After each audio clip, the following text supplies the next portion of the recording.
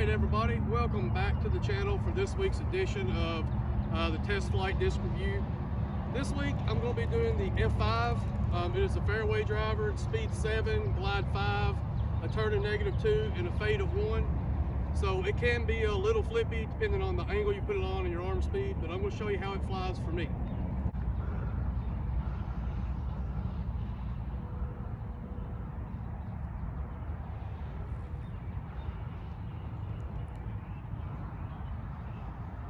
Okay, so the one I have is in 400 plastic. Probably most of my reviews are going to be 400 at first because that's just what I like to throw. But we'll do the same thing we did in the last video. We'll hit all 3 angles, both backhand and forehand, and see what we'll do. All right, we're going to throw it on hyzer first.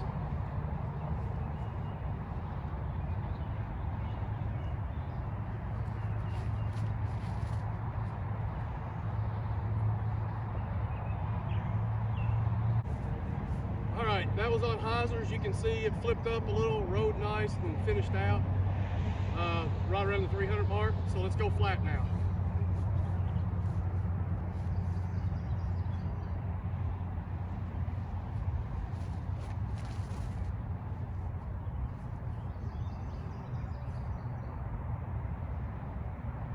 Alright, so I threw it flat. As you can see, it turned, slight turn to the right, but then at the end it came back. Keep in mind, this one's brand new. As they beat in, it won't come back as far. And after you beat it in even more, it's probably just going to keep that slow turn to the right and then just kind of settle flat. So just keep that in mind. Let's go Annie.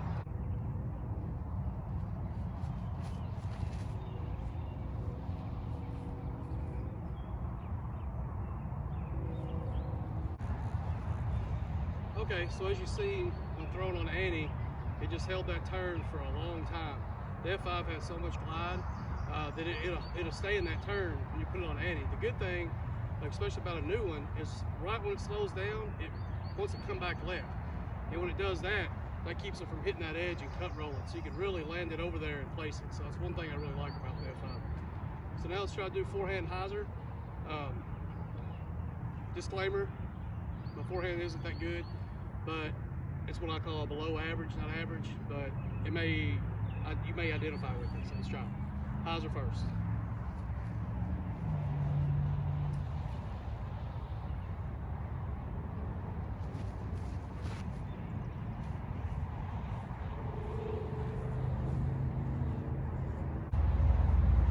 Alright, that was forehand hyzer.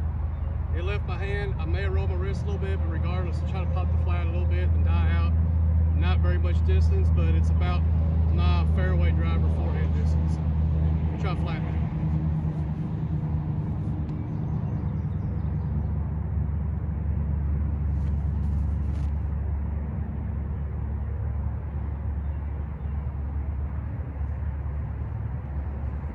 Alright, that was flat. Obviously out of my hand, it just turned left. It kept turning. Maybe in my wrist. Hopefully it was in the shot. Should be in the shot. Anyway, one thing I noticed on my forehand, after I let go, I held it because I want to make sure I was out of the way so that the camera can see it. And I held it and I realized my back leg was behind me. So I got to work on my follow through forehand. Maybe a video on that kind. All right, anyway, now we're going to do Annie. We're going way out here on Annie, that way to pan him in front of the camera. All right, full disclosure. I've tried this Annie shot like 4 times and it just keeps turning into forehand roller. So maybe if you got a noodle arm for forehand and don't have good form, this may not be a good Annie forehand disc. But I'm gonna try one more time. If it turns into roller, turns into roller. But I can't stop rolling my wrist on that Annie. We'll try a little less power and just flick it out there.